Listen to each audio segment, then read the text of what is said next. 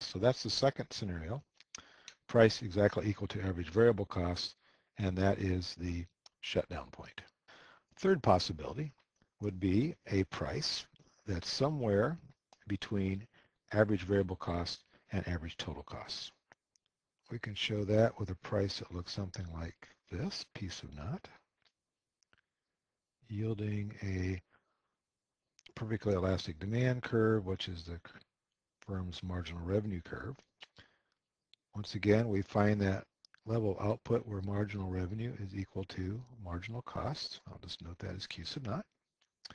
We can again read off our other bits of our cost structure, and so we know that at output level Q sub naught, our average total cost, or ATC sub naught, could be noted there. Our average variable cost, we can read off of our average variable cost curve and just note that with a VC sub naught. So at price level P sub naught, we see that the firm would be covering all of its variable costs, would be covering part of its fixed costs.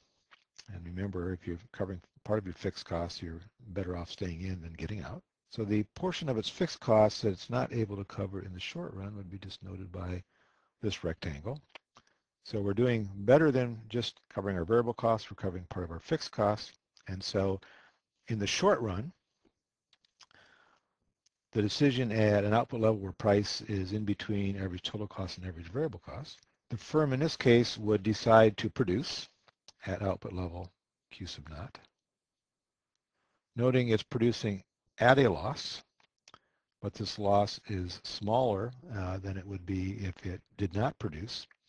And the thinking here would be that the situation in the long term will either get better, other firms may be dropping out of this market, or in the long term, the firm may decide to shut down or move its capital to a different place. But in the short run, the firm would stay in this market to minimize losses.